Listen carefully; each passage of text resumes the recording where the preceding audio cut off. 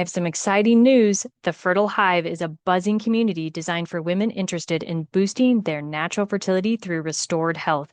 The infertility journey requires a guide whose knowledge and expertise can cut through the noise and provide clarity. Dr. Christina Packus and Naomi Davis, physician assistant, provide this guidance through education for members to confidently choose their path to healing. The Fertile Hive is the only membership community.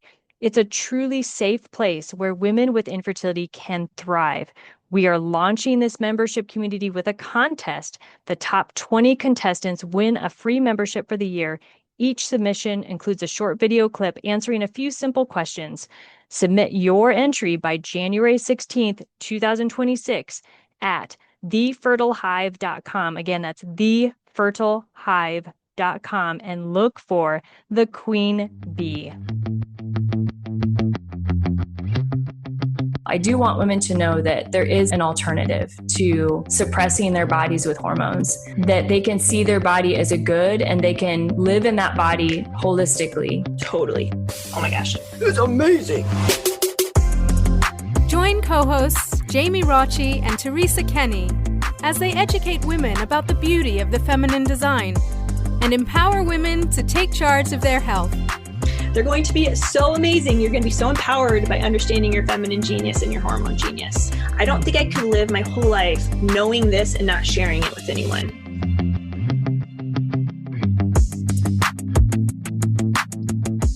Hello, everyone. Welcome to the Hormone Genius. Jamie and I are here with a special guest. We are here with Stephanie Weinert. She is an awesome woman. Some of you may know her. She used to be a radio host for EWTN, has done a ton of speaking. She's a writer, but right now she's known more as a wellness mama, and she has an incredible journey that she has gone. And I think what I'm so excited about for this interview today is that we know a lot of our Hormone Genius listeners are mothers. We know that they carry a lot on their plates. And I think the balance of trying to be well, to be whole, to feel kind of like, I don't know, the best version of yourself is a difficult balance when you're a mother. And I think Stephanie is going to really provide us insights into her personal journey with that, which will help a lot of women out there. So Stephanie, thank you for being with us. Number one, we really appreciate it. Oh, thank you. It's an honor to be with both of you today. Thanks for having me.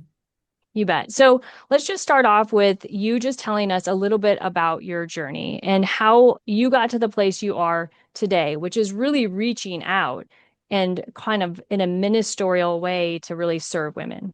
Sure.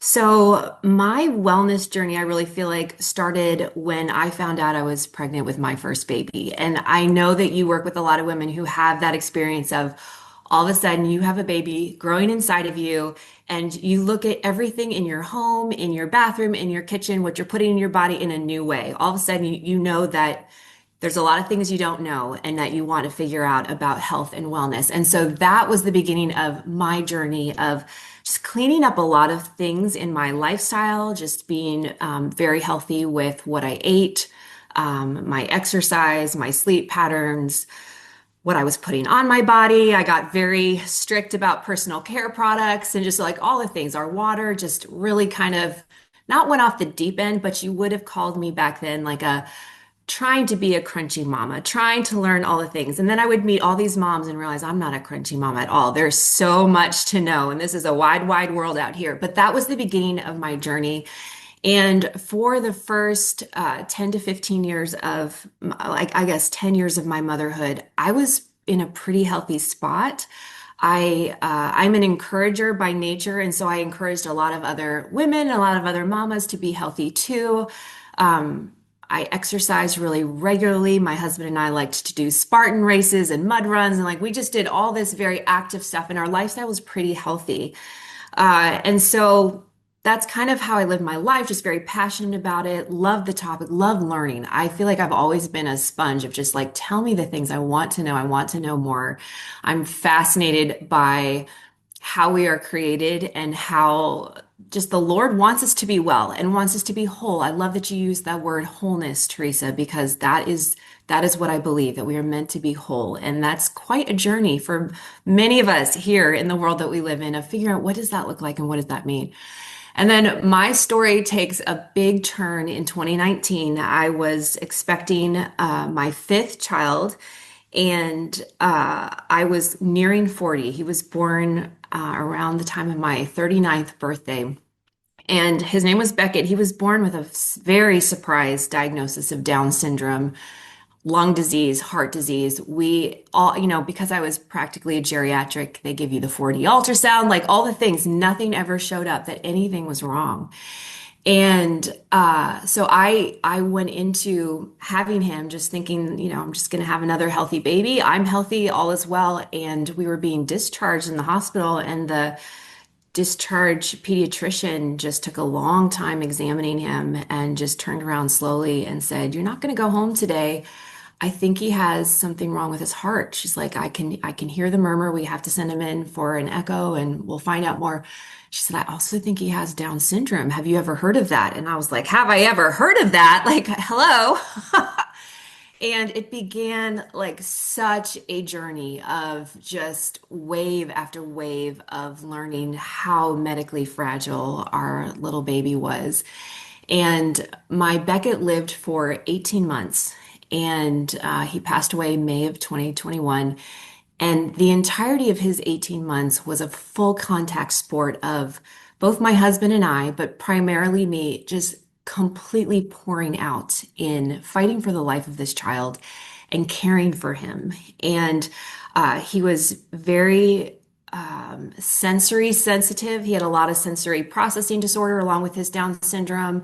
His lungs were very fragile, and so he felt the best in an upright position. So he lived most of his life on me, like he wanted his head on my chest, but like me holding him in an upright way, even in the night. He much preferred sleeping on me if I was in a chair to sleeping in a bed. So I gave up sleep for 18 months, like truly gave up most of sleep, night and day. He just required a lot of care, and he preferred me most in the world by far. And so he and I were like glue on glue.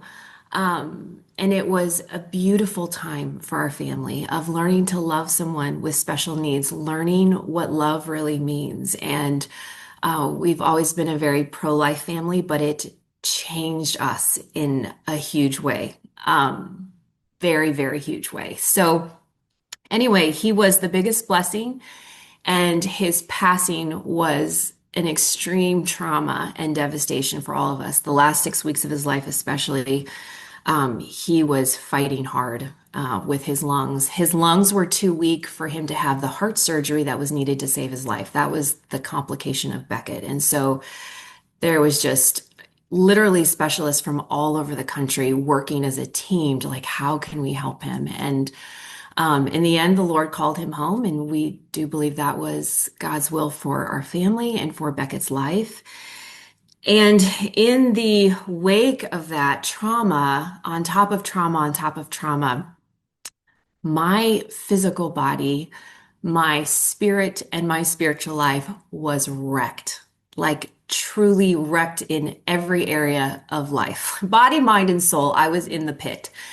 And while I had tried to care for myself as much as I could, the care for myself during his life was very, very minimal. The care for my marriage was very minimal. The care for anything else in life was very minimal. And so coming out of 2021, my physical health tanked. I gained 60 pounds rapidly, like so fast. Within a few months, I had gained 60 pounds and several clothing sizes. The inflammation in my face with everything was just so puffy and inflamed. I had a lot of night terrors and night traumas, and so I still wasn't sleeping well. I was eating poorly. I was eating whatever people were dropping off on my front porch. I mean, people brought us meals forever, and then I medicated with pad thai and chocolate and red wine and like all the things, like all the firefighters that you go to when you are stressed or in fight or flight, I went to. And I would say by the end of 21 or beginning of 22, I was in a place of feeling so awful in all the different arenas of my life that I also felt hopeless. I felt like I was Mm, going to be stuck here for the long haul.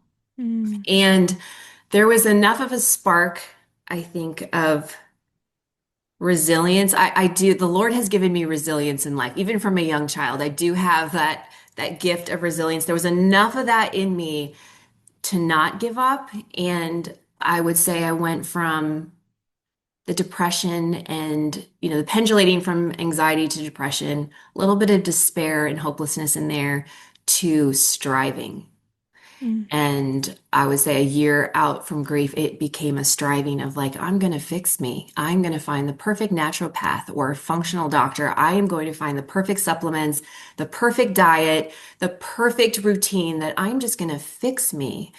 And I started striving hardcore and mm, thinking I'm going to do this and I'm going to do this on my own and I'm just going to figure it out. And I would say the Lord put me on a 3-year journey of allowing me to try all the things my own way, allowing me to put my faith and my trust and my hope in a lot of things with intense striving, and brought me to the end of myself where I learned that it was only in surrendering and really mm, humbling myself and pausing long enough to listen to him and to wisdom from a lot of different places that I learned the path of how to rebuild when it is all really, really broken. And it was mm, a rebuilding of not just my physical body, but my spirit, my emotions, getting trauma out of my body, getting my body out of intense fight or flight that I lived in for years.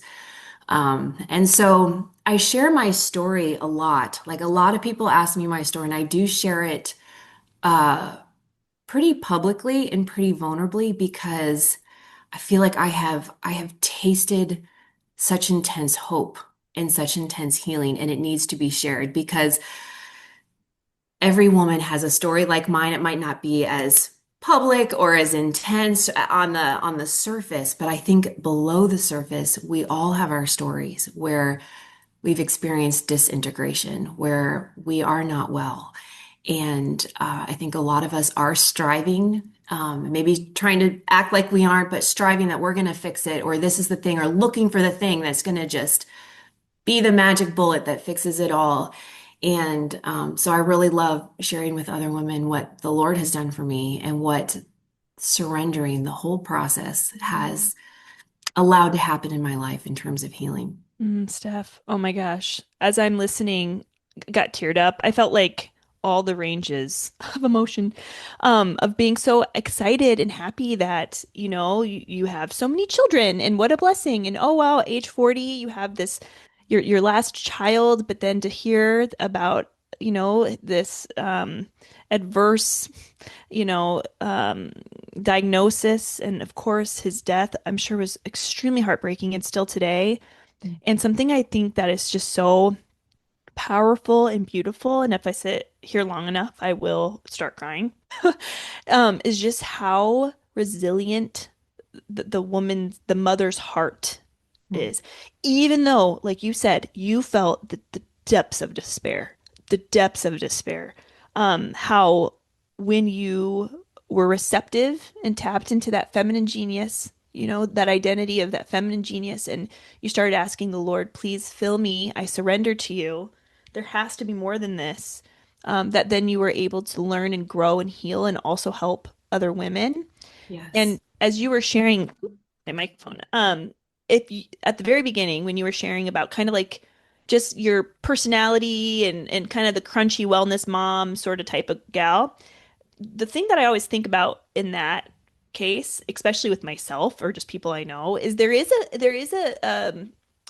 a element of control that Yes. I definitely, right? And then Steph, you're nodding your head, and Teresa, like, right? There's like this over control freakness of women who just want to do all the things right. And it becomes so tilted and imbalanced and focused on just the physical that it's not really integrative. We might think, oh, yeah, I'm holistic. I'm whole. I'm integrative. I'm filtering my water. I'm milling my own wheat berries. I actually did that last 100%. last week. Yes. I did actually do that. But you know, that we think that's holistic. That's it. But Right. what you're here today, Steph, is to share with our listeners what true holistic and integrative health really does look like, body, mind, and spirit. And so, Yes. Steph, you just stopped off at the part where, you're learning that you need to surrender, and there's been this heartbreak and you had felt this despair, but now we're kind of moving up the curve of the story. So share Yes. with us, what are some key things you learned in that despair? How did you manage through those? And how has that affected how you view wellness now? Yeah. Well, the biggest thing that I learned in the process was that we as women are intrinsically integrated, body, mind, and soul. And my favorite analogy, which you actually touched on, Jamie, before we hit record today, is that three-legged stool. Like if you think of your life as a three-legged stool and each of the legs are one piece of your wholeness, when one is out of, just one is out of whack, it's not stable. If two are out of whack, you're in trouble. And some of us are in a place of such hopelessness where the stool's actually on the ground. There are no legs holding it up. And a lot of us feel comfortable there. And I know that you have experienced this, maybe personally or with the women that you're working with, that we just keep that top of the seat on the ground because at least it's not wobbly and let's just stay there. Like that's where I feel like I was when I was at my pit. It's like we're just down here and we're just going to be down here. And the interesting thing of the process of like when we surrender and kind of have this posture of open hands, like, what do you have for me, Lord? What is the next right step here? What can I do today? And what do I need to just let go and just like stop white knuckling one part of my journey or my story or my healing is when the legs start to go up, it's also wobbly. And I think actually that's one of the most dangerous places because that's where we want to quit. If you're working on your physical wellness and you're in hormone healing or you're just trying to get your blood work done and figure out like what the heck's going wrong here, that can be a wonky process. But what if you're also working on your spiritual life? Or what if you've also signed yourself up for counseling to work through some of the emotional issues and the trauma and the grief? Like that becomes a really wonky, unstable stool for a while.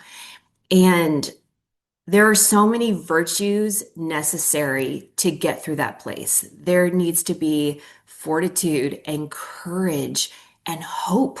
Like we have to hold hope. And sometimes that can take a while. Sometimes we need to surround ourselves with other people who will hold hope for us as we're coming through that process because it is wonky and it's uncomfortable. And it feels like, where just give me a little tiny light at the end of the tunnel showing that this is going to be more stabilized in the future because right now this hurts.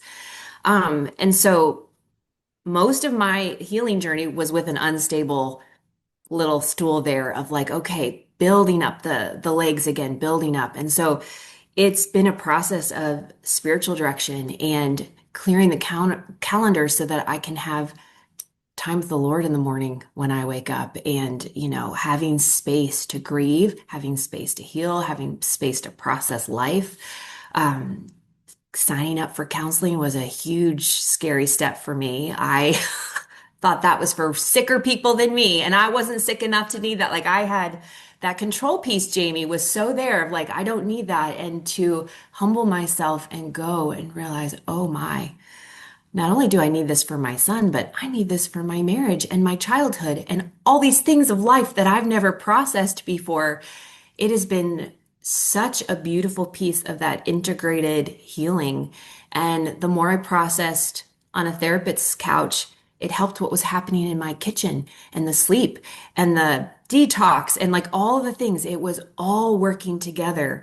But it wasn't this like, oh, you take that step and you feel better. So then you take the next step. It's like trusting, like, this is a process and I'm not putting a timeline on it. I know that these things are for my good and I'm worthy of these steps. And, I'm held as I'm taking these steps. I'm not going to fall. I'm held as I'm going to take the next right step and the next right step. I use, excuse me, I used to work with a surgeon, and actually he had this like framed picture, and it said, "Hope is not a strategy." Hmm. But I've always, every time I've heard it, I've like, okay, yeah, if somebody's like slicing and dicing me, probably hope, not a strategy in that situation. So that makes sense. But I actually completely disagree with it on its like just face value. I think hope is a strategy. I Yeah. think it's frankly probably the most important strategy for life, because Yes. hope is kind of it's also like an entry point to attitude. And I remember asking a 98-year-old woman who literally was like still horseback riding, and she had like opened her own nursing homes. She was like insanely incredible. And I said, "What is your secret?" And she's like, "It's just my attitude."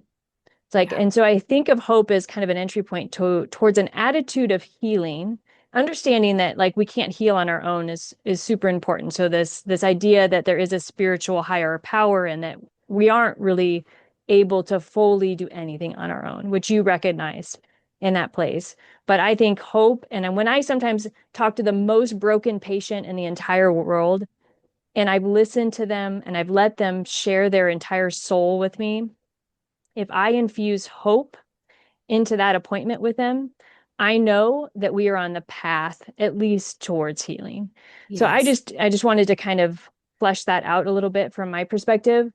But I also am thinking about, again, my patients, because I see so many women on a daily basis who have gone through trauma, grief, all sorts of things. And this idea that you got to a really kind of like bad place in the weight gain and all that kind of stuff. Because I think weight is such a cross to bear for people if they get to a point where they're like, oh my gosh, this is out of control now. How do I get it? How do I get back to the person I remember seeing in the mirror? Yeah. So I'd love for you to share, like for you, what was that process? Because I think that will help other women who maybe got to a place they can't recognize themselves anymore. And Yes. they're like, where do I even start to get back Yes. to the person that I want to see in the mirror again? Right. That's how I felt. I like if I showed you two pictures of myself, like the 3 years ago Steph and the Steph now, like I almost look like two different people. I felt like a different person.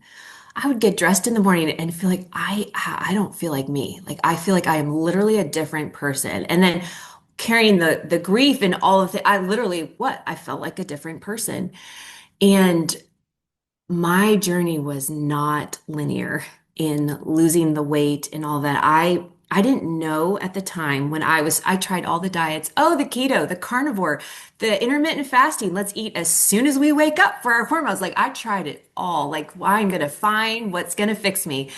And that was the striving and control piece. And I mean, I hired a wonderful holistic nutritional therapist. I worked with her for 9 months and I think I gained a few pounds. Like it was just discouragement after discouragement.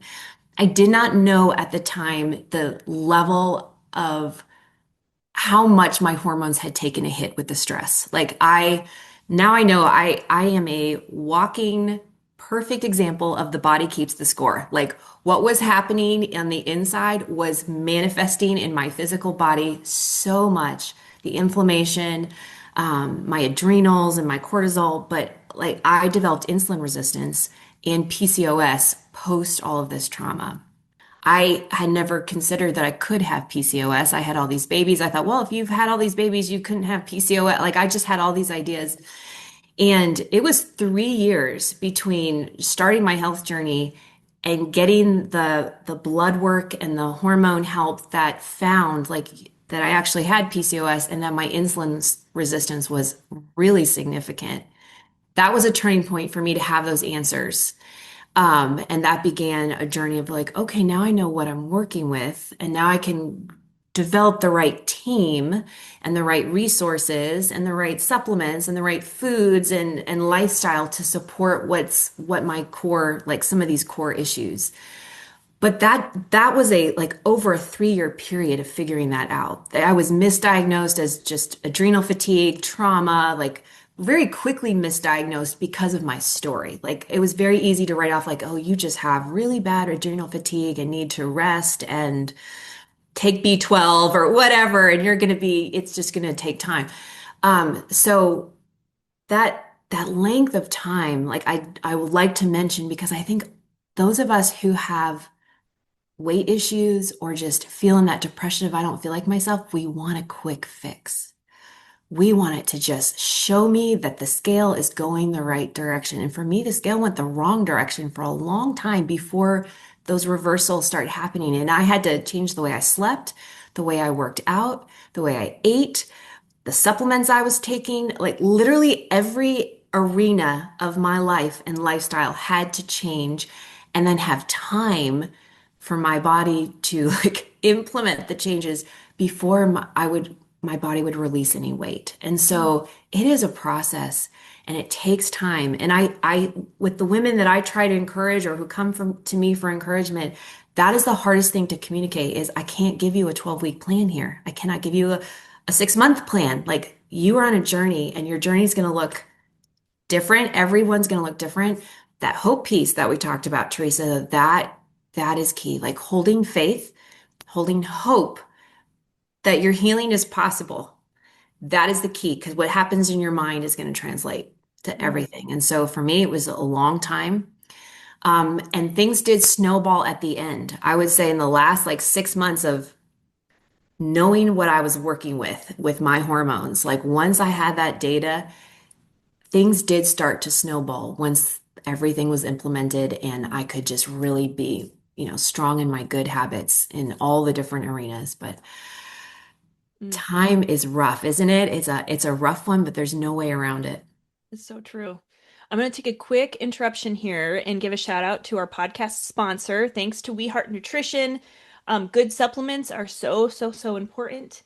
And if you're looking for good quality supplements and you haven't landed on a company yet that you just absolutely love, please consider We Heart Nutrition. They're pro-family, pro-America, pro-women's health. So be sure to check out We Heart Nutrition and type Genius for 20% off your first order. And also, we have another partner that we get to feature on today's episode called Tiny Health. Tiny Health is the first and only microbiome test designed for all ages and stages of life, even newborn. So the first 1,000 days of life. It is built by microbiome scientists and physicians. And so, again, if you're struggling with health and you're not quite sure what is the cause, please be sure to consider getting your gut tested.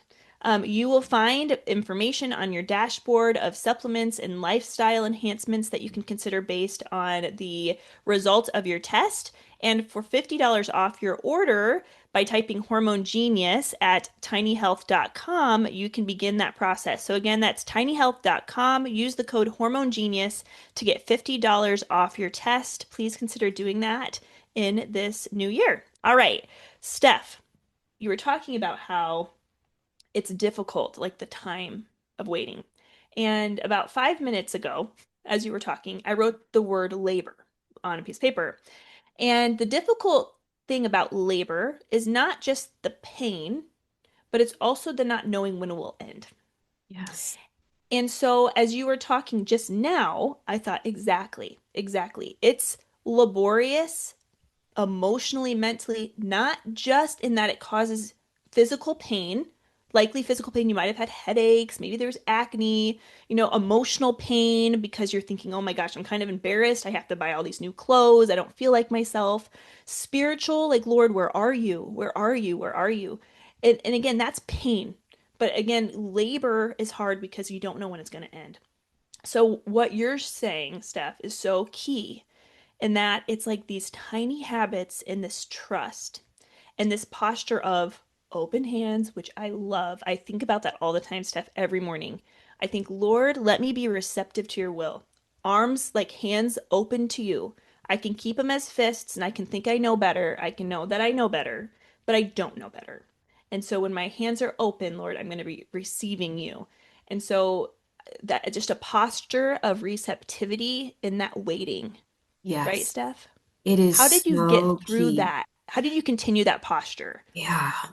I think there's many things. I think that there's two postures that we tend to go to when we do not feel good and we want to be better. One is the control, the white knuckling it. The other is to hide, like to almost like fist up in front of your face or fist over your heart. And like, especially when I was at my highest weight, which was a number that I never thought I would ever see on a scale in this life, like it scared me as it continued to go up. And all the things I was doing that I could not reverse it with all of my striving there, it almost like from the white knuckling to like hiding. Like, I don't want to go see my friends. I don't want to host book club anymore. I don't want to be around sports moms at my kids' baseball, like all the things of just like hiding, hiding, hiding. And when we do that, we start hiding from our spouse emotionally. We start hiding from the Lord spiritually. We start hiding from ourselves. It's a dangerous place to be. And the only one that allows this integrated wholeness is as you said, the hands open posture. And I think there's several things that can help. One is gratitude. And wow, what a hard thing when you're hurting. Gratitude is the antidote for anxiety. Like, we cannot experience anxiety and gratitude at the same time. We know this from a scientific perspective now. It is really hard to count your blessings when you are hurting. Like, it is. Like, and I want to be honest with that, because you don't want to sugarcoat this so much or spiritualize it, make it this pious, like, oh, let's just count our blessings and all will be well. It is not like that. I think in the Bible, when Job said, blessed be your name, it was like with gritted teeth and like sweat pouring down his brow. Like, he chose to say that when he was hurting a lot. And that was a hard thing. And I think not this happy, clappy, joy, gratitude, but just like from the depths of your, almost like with a lament, that you still have things to say thank you for and to be grateful for in your life. I think gratitude helps. And I think surrounding yourself with people of hope. And you don't need 12 friends to come over every day and support you. But if you have one who will just like tell you the truth and speak the truth to you in love, even if it hurts, even when you don't want to hear it, will text you words of affirmation, even when you don't respond. Like, I had that person in my life who she would text me and just check in and just share things. And I often would just like look at the phone and put it down and not text her back or say thank you. Or she was relentless in her pursuit of my heart. And having a friend like that helps, who holds almost like, the friends who tore off the roof to lower the sick person down to Jesus, like that friend who will just like tear off the roof for you when you do not have the strength yourself. And so friendships, and having others who will speak into you are really helpful, really helpful. And the third thing is putting your blinders on to what you shouldn't be looking at, because we are in such a consumable culture. There's nowhere that we can go or put our eyes where we're not seeing something that looks better than what we think we look like. Right? To lust after whatever fitness program she's on, or diet program she's doing, or supplements she's on. Like, we can look and just lust after how happy she looks and how fit she looks or whatever. And that can be really devastating when you're hurting. Like, it can be really hard. And so, just taking into account what serves you and what doesn't, put your blinders on, like log off, unfollow, shut it down, close the book, whatever it is that is not serving your heart while it is hurting, while that stool is still wonky and unstable. Like, be really careful what you're consuming, because it does affect the journey and, your next right steps. I think that's great advice. I often think of the Berenstain Bears book, The Green-Eyed Monster. Honestly, like every time I'm like scrolling and then I get that feeling in my like heart, like why does she look that way? Or why does she have a house that looks like that? Like, and I start to feel jealous in a little bit of way. And I have a tendency towards that, to kind of like look at other people and kind of wish that I had what they had. But then I always think, Teresa, green-eyed monster, and I might even like, even if it's like a good person, like I might just snooze, or like, again, just like, so I don't see it. Cause I don't want that temptation to just constantly just feel like, and it's dumb. It's so dumb, because I have so much to be grateful for, but we all are human and have those things. Yeah. Steph, I want to ask you, and I don't know if I've ever done this with a guest before, but I would love, and I think it'd be fascinating if you would just run us through your day.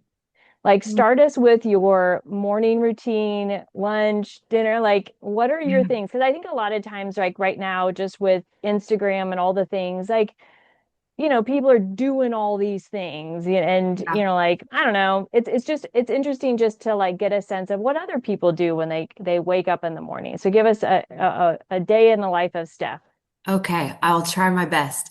I am a homeschool mom to four children, and so it is a chaotic. Every day is different. I feel like I should say that every day looks different, but I have my core things, and I feel like there's about six pillars of life, which I believe are absolutely essential to being an integrated woman. And those things are prayer, nutrition, hydration, meaningful movement, sleep, um, play, I think is super, super important. So maybe is that five or six things? Those are the things that I try to do every single day because I think that they're all important.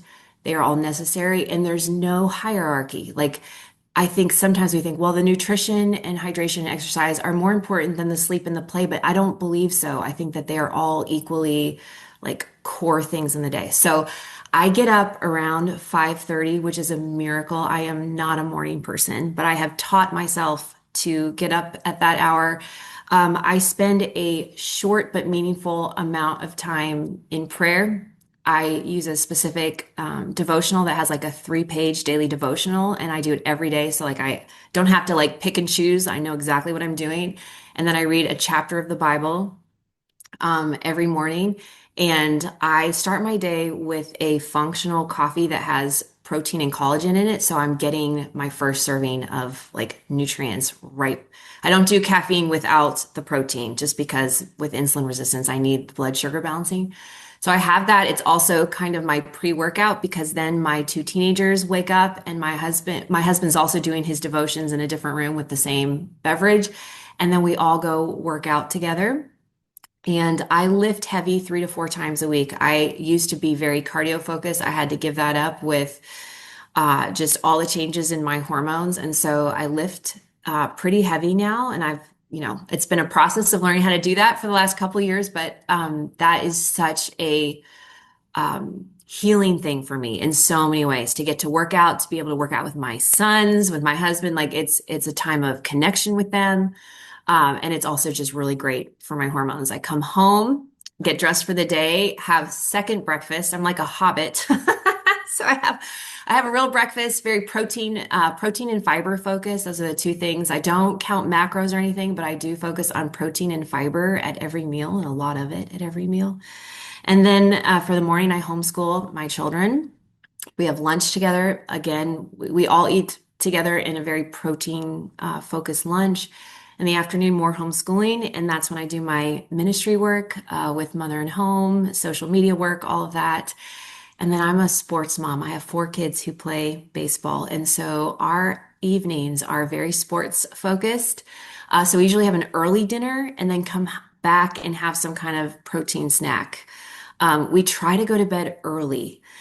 So that process, I had to learn that to get the sleep in correctly, I had to back up when I started my pre-sleep routine. And so we put our kids in bed and then my husband and I kind of start our pre-sleep routine. So we have a little bit of connection time together, but we used to like stay up and watch TV and stuff like that. We can't do that anymore because otherwise I can't get up in the morning. So I like to take a detox bath at night, like magnesium salts, essential oils, that kind of stuff. It really just calms me to sleep. It really helps my hormones and just like my body knows I'm beginning to get ready for sleep. So I do that, just take my time with dry brushing, skincare, just like really take my time at night getting ready for bed. I like to do red light therapy at night. And then I listen to the Hallow app as I'm falling asleep. They have a night prayer, which is about 8 minutes long. And in the height or depths of my recovery, when I just couldn't sleep and was just really struggling with anxiety, I started listening to that. And those 8 minutes just like transfer me into sleep. And so I often fall asleep before it's over, but I listen to the night prayer and that puts me under. So That's the day. I missed all the chaotic parts of motherhood that like are in there. That sounds like a really ordered day, and I feel like my day is chaos, but those are the things like the morning, what happens in the morning with nutrition, prayer, and exercise, and what happens at night with the pre-sleep routine anchor the entire day. And when those things are out of whack, the rest gets out of whack fast. The food choices, everything gets out of whack. So those two pieces really anchor the day for me. Steph, it's so incredible. Just okay, so your devotion to the Lord, starting the day and ending the day, with that spiritual health component. But then also I'm hearing you say protein, fiber, protein, lifting heavy, all these things. And so what I forgot to mention earlier on in this episode when we did an interruption is that Teresa and I just released a perimenopause course. And so lifting heavy, protein consumption, rest, sleep, movement, all these things are so important, especially again as your mid 30s, 40s, any age, honestly.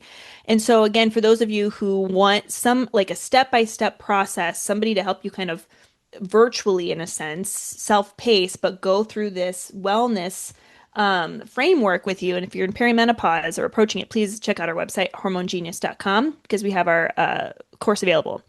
All right, Steph. Can I just interrupt you Oh, and say, I yes. haven't heard your course, but I hope all your listeners sign up. I believe it is so key to have people walk beside you through that perimenopause. Like, there's so much that we can consume ourselves and, learn about, but having someone walk through with you to set those habits in place, it took me a long time to just even get to the place of not watching Netflix and taking a bath instead. Like, Right. that is hard to do on your own. And when there are so many pieces that need to be put in place and it becomes overwhelming, having someone walk with you is, I just feel like it's necessary and vital. So I hope everyone signs up. I can't wait to hear your course. I think it's Oh, wonderful that it's you're going to be doing it. great. Yeah, Oh, yeah. it's released now. And I think the for me, I know when I'm doing any sort of online course, I can learn. Sure, I can learn. That's fine.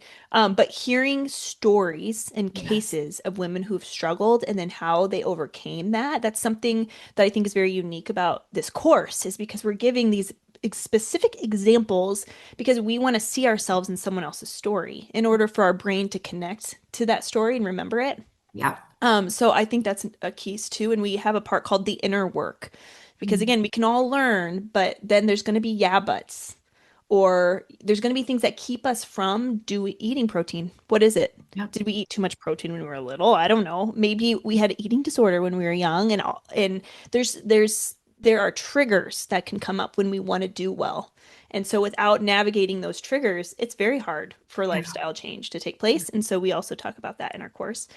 So Steph, thanks for even saying that. Because yeah, it's true. So many women suffer terribly, in this transition of life. Yep.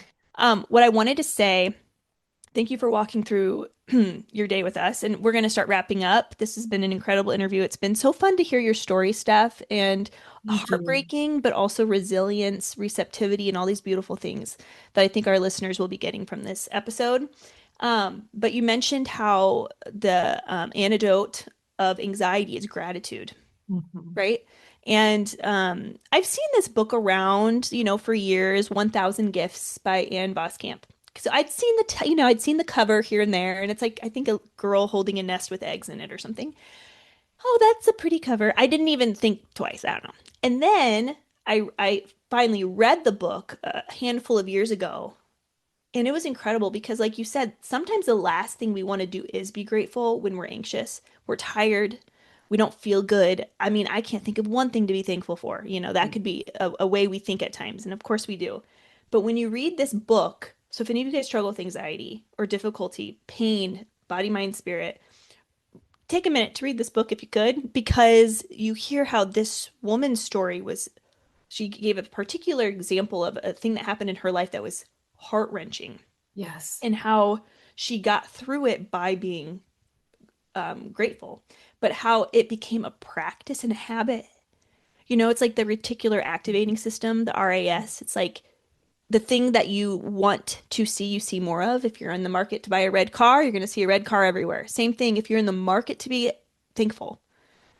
You will be more thankful. You'll see reasons to be grateful. Yes. And there was a on the Mel Robbins show. She has a podcast. You guys probably know who she is. She was interviewing Hoda, such and what. I don't remember her last name. The Today Show gal. And she was talking about how she was having a hard day. And there were people that were like, oh, just, be grateful. And she's like, I'm not going to be grateful when my kids are vomiting or something. She's an older woman. She must have had children later in life. That's what I was thinking anyway. So she's not feeling good and her children are feeling awful. But she thought, you know what? I'm going to do an experiment. I'm not going to mean it, but I'm going to say it in my head. I'm going to say, good things keep happening to me. Because that's what they told me to say. Good things keep happening to me. So she gave an example that whole next day when she started doing it. Oh, my car started and I'm going to get to go work out with my favorite personal trainer. Good things keep happening to me. She gets home. Oh my gosh, like my husband made me coffee and it was hot already. I mean, good things keep happening. She just kept saying, good things keep happening to me. Good things keep happening to me. She got into that habit. She's like, her whole experience about life changed when she just started saying that, you know? So I wanted to bring that in to almost even conclude today's episode. And I'm going to punt it to Teresa and then I'll ask the last question about that gratitude. Because do you find, Steph, that your mind is just more geared toward seeing that now, that became a practice for you in the kind of the depths of despair? I think so. I think what happens in the mind is such a key to the whole thing. Like what we're telling ourselves or what we're focusing on is so huge. And when we're hurt, when we don't feel good, it's natural to just focus on the negative, like in our minds. Like, yeah, it makes a lot of sense. It takes a huge effort to change our mind and to change what we're focusing on. But that can lead to changing everything. It really is. So yes, is it easier to practice gratitude now? Yes. The more you feel good, the more easier it becomes. Like it's all connected that way. But the process is beautiful. And the resilience and the virtues that we learn along the way change our whole life. Like they do. Like the suffering, the hard, even not feeling good, like that can be part of a plan for you that changes everything in the future. If we can have the mindset to that everything's for our good, everything's working out, good things keep happening. If we have that mindset, it's amazing what can happen in life. So, Stephanie, before Jamie asks the very last question, could you give everybody some more details about what you're doing in your life right now that you want to share with our audience, like about the Mother and Home, or what are the social media handles? All just your details and all the things that you hope the audience knows about you. Sure, thank you. So I hang out on Instagram. That's where I encourage the most and connect with other women, especially mothers. I like to share the wellness tips I'm learning, just the journey, like the journey of life, and try to encourage there. So my handle there is at Stephanie Weinert, just my name. And then the ministry that I run for moms is called Mother and Home, and our website is motherandhome.co. So you can find me either place. Awesome, Steph. Okay, well, here as we wrap up this episode, I'm going to ask you a question I ask every interviewee. What do you wish every woman knew about her hormone genius? I think what I wish every woman knew and what I wish I knew from being a little girl is that we are integrated, body, mind, and soul, and that our beautiful hormones are part of a bigger picture that all is meant to work together. And that is a beautiful thing. It is a good thing, and it's something to celebrate. And yes, there can be lots of bumps along the way and lots of things to learn, and the journey might not look as picture perfect as we'd always like it to look, but it's a beautiful thing to know that we are integrated and uh, made so intentionally that way as women. And then the last thing is that we are held. I really do believe it. And that's the key to all of it. The integration, who we are, the genius of our hormones, all of it is that we are held. Awesome. Well, thank you so much, Steph, for sharing a piece of your heart with us today. And I hope our listeners follow you because, I'm sure a number of our listeners have experienced heartache, the heartache of losing a child, among maybe other heartaches. So again, getting encouragement from your ministry, I'm sure will be a huge advantage to them. So thank you, Steph. Thank you, Teresa, for being on this episode of Hormone Genius Podcast. And again, thank you to our listeners and have a great day.